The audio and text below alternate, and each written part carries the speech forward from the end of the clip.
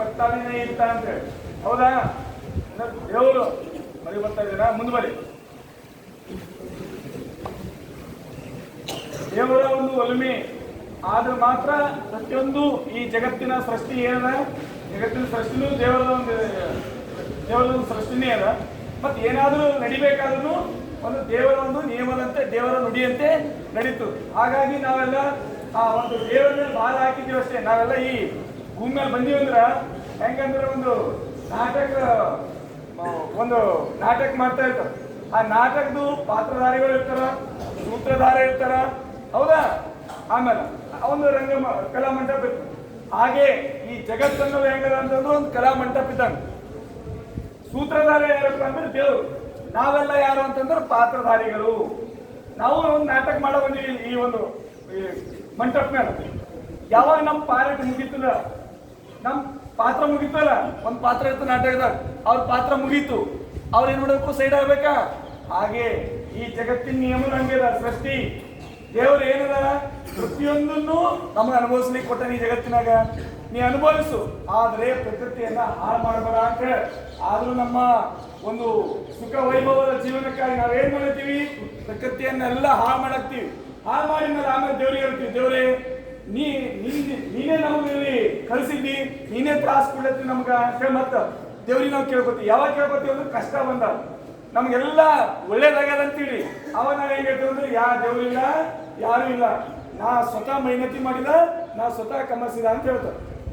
ಅದ್ರ ಕಷ್ಟ ಬಂದಾಗ ದೇವ್ರ ಮೇಲೆ ಹೋಗ್ತೀವ, ಇಲ್ಲಪ್ಪ ದೇವ್ರಿ ನೀನೇ ಕಾಪಾಡ್ಬೇಕು ನಂಗ ಅಂತ ಹೇಳ್ತೀವಿ. ಅಂದ್ರ ನಿಮ್ಮಲ್ಲೇ ಎರಡು ಭಾವ, ದೇವ್ರ ಹಣ ಅಂತನೂ ಅದ, ದೇವ್ರ ಇಲ್ಲ ಅಂತನೂ ಅದ. ಹೌದಾ? ಹಾಗಾಗಿ ಈ ಸೃಷ್ಟಿ ಯಾರು ನಿರ್ಮಾಣ ಮಾಡ್ಯಾರ? ಪರಮಾತ್ಮ ಸೃಷ್ಟಿ ನಿರ್ಮಾಣ ಮಾಡ್ಯಾರ. ಇದ್ರ ಪ್ರತಿಯೊಂದು ಒಳ್ಳೆಯದನ್ನ ಕೆಟ್ಟದನ್ನ ಯಾವಾಗ ಏನ್ ಮಾಡಿಸ್ಬೇಕು ಎಲ್ಲ ದೇವ್ರಿಗೆ ಗೊತ್ತದರಿ. ಹಾಗಾಗಿ ಅದಕ್ಕೆ ನಾವೇನ್ ಮಾಡ್ಬೇಕಂದ್ರೆ ಎಲ್ಲಾ ಟೈಮಿಗೆ ಒಂದೇ ಇರ್ಬೇಕು. ನಾವು ಸುಖ ವೈಭವದಾಗಿದ್ದೇವೆ ಅಂದ್ರೆ ದೇವರು ದಿಟ್ಟು ನಮ್ಗೆ ಗೊತ್ತಿಲ್ಲ ಅಂತ ಹೇಳೋದು. ಆಮೇಲೆ ಸಂಬಂಧಗಳಿಗೆ ಬೆಲೆ ಕಟ್ಟಲಾರದೆ ಇರೋದು. ಹೆಂಗ್ ಮಾಡ್ತಾರೆ? ಸ್ವಲ್ಪ ಶ್ರೀಮಂತ ರಾಜು ಅಗರ ಏನಾರ ಇದು ಬಂತು ಅಂತಂದ್ರೆ ಫ್ರೆಂಡ್ಸ್ ಇರ್ಬೋದು ಅಥವಾ ಬಂಧು ಬಳಗ ಇರ್ಬೋದು, ನೀವು ಯಾರೋ ಇದ್ರೆ ನಮಗೆ ಗೊತ್ತಿಲ್ಲ ಅಂತ ಮತ್ತೇನ್ ಕೇಳಕ್ ಬಂದರು ಅಂತ. ಹೌದಾ? ಹಾಗಾಗಿ ದೇವ್ರು ಹೇಳ್ತಾನೆ ಪ್ರತಿಯೊಂದನ್ನು ಏನ್ ಸೃಷ್ಟಿದಾಗ ಏನಾಗಬೇಕು ಅವೆಲ್ಲ ಮೊದಲೇ ಅಲ್ಲಿ ಬರೆದಿಟ್ಟಿದ್ದಲ್ಲ.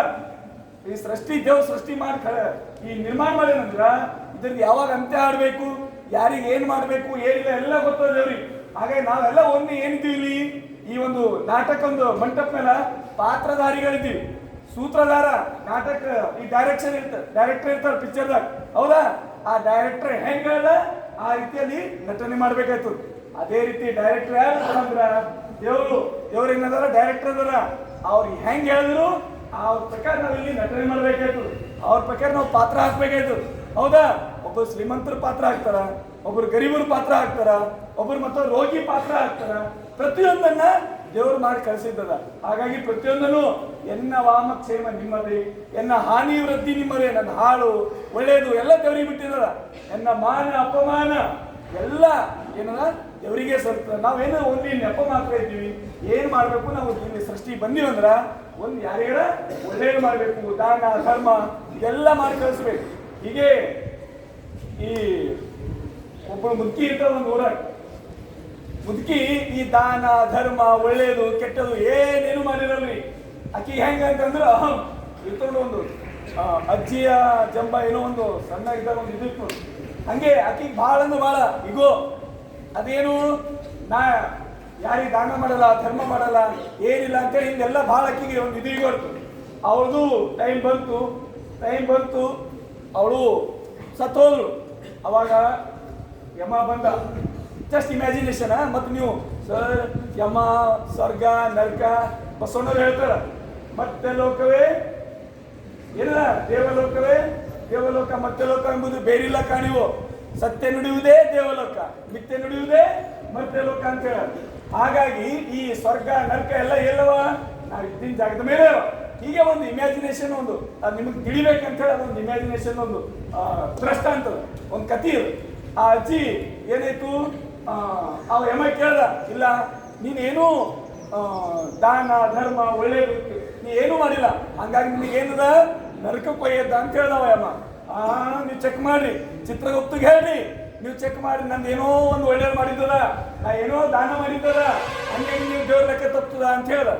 ಆಮೇಲೆ ಹುಡುಕ್ದ ಚಿತ್ರಗುಪ್ತ ಅಲ್ಲಿ ಇಲ್ಲಿ ಹುಡುಕ್ದ ಒಂದು ಸಣ್ಣ ಮೂಲೆಗೆ ಒಂದು ಕೆಟ್ಟೋಗಿನ ಮೂಲಂಗಿ ಆಕಿ ದಾನ ಮಾಡಿದ್ವಿ. ಹಾಗಾಗಿ ಅವಳನ್ನು ನೋಡಕು ನಾ ಕೆಟ್ಟೋಗಿನ ಮೂಲಂಗಿ ನಾ ದಾನ ಮಾಡಿದ ನನಗೆ ಹೆಂಗೆ ನೀವು ನಲ್ಕಕ್ಕೆ ಹಾಕ್ತೀರಿ ಅಂತ ಹೇಳಿದ್ರು ಅಜ್ಜಿ.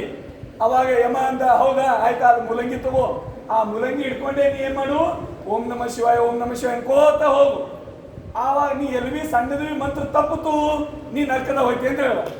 ಆಕಿ ಆಯ್ತಂದು ಆ ಕೆಟ್ಟದ ಮೂಲಂಗಿ ಕೊಟ್ಟ ಯಮ ಅದು ತಗೊಂಡು ಏನ್ ಮಾಡಿದ್ರು ಓಂ ನಮ ಶಿವಾಯ ಅನ್ಕೋತ ಹೋದ್ರು.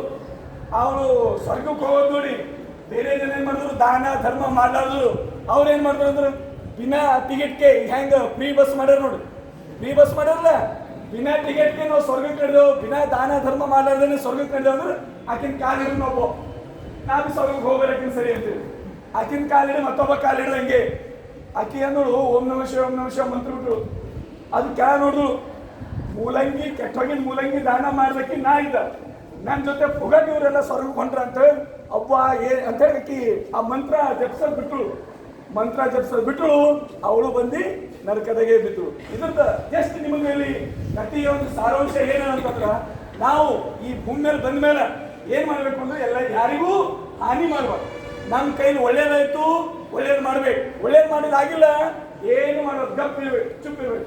ಒಂದು ಅಡ್ವರ್ಟೈಸೋದಲ್ಲ ಯಾವುದೋ ಅದು ಒಂದು ಚಾಕ್ಲೇಟ್ ಏನೋ ಒಂದು ಅಡ್ವರ್ಟೈಸೋದಲ್ಲ 5 ಸ್ಟಾರ್ ಅವ ನಿಮ್ಗೆ ಗೊತ್ತಲ್ಲ ಅಡ್ವರ್ಟೈಸ್ ನೋಡಿ ಗಪ್ ಚುಪ್ ಕೊಡ್ತಾವ ನೀವು ಅವ ಏನು ಹೇಳಿದ್ರು ಏನು ಮಾಡಲ್ಲ. ಅವ ಗಪ್ ಚುಪ್ ಕುಂತಿನ ಕಡೆಯಿಂದೆ ಅಲ್ಲಿ ಒಳ್ಳೇದಾಗಿತ್ತು ಹೌದಾ. ಹಂಗಾಗಿ ನಾವು ಏನ್ ಮಾಡ್ಬೇಕು ಗಪ್ ಚುಪ್ ಇರ್ಬೇಕು. ನಮ್ಗೆ ಒಳ್ಳೇದು ಮಾಡ್ಲಿಕ್ಕಾಯ್ತು ಮಾಡ್ಬೇಕು, ಒಳ್ಳೇದು ಮಾಡ್ಲಿಕ್ಕಾಗಿಲ್ಲ ಗಪ್ ಚುಪ್ ಕೊಡ್ಬೇಕು. ಬೇರೆಯವರಿಗೆ ಹಾನಿ ಇತ್ತು ನಾವು ಮಾಡಬಾರ್ದು ಅಂತ ಹೇಳಿ ಹೇಳ್ತಾ ಇವತ್ತಿನ ವಚನ ಶರಣ್ ನಾಸೆ ಅವ್ರ ಅಕ್ಕನೂ ಇಲ್ಲಿ ಪ್ರಿಯಾಂಕಾ ನಾಸೆ ಅಂತೇಳಿ ಓದಿ ಭಾಳ ಒಳ್ಳೆ ರೀತಿ ಒಳ್ಳೆ ಕೋರ್ಸಿಗೆ ಅವರು ಸೆಲೆಕ್ಟ್ ಆಗ್ಯಾರ. ಭಾಳ ಒಳ್ಳೆ ಫ್ಯಾಮಿಲಿ ಬಸವತತ್ವಕ್ಕೆಲ್ಲ ಒಂದು ಮಟ್ಟಕ್ಕೆ ಒಳ್ಳೆ ಒಂದು ಫ್ಯಾಮಿಲಿ ಇದೆ.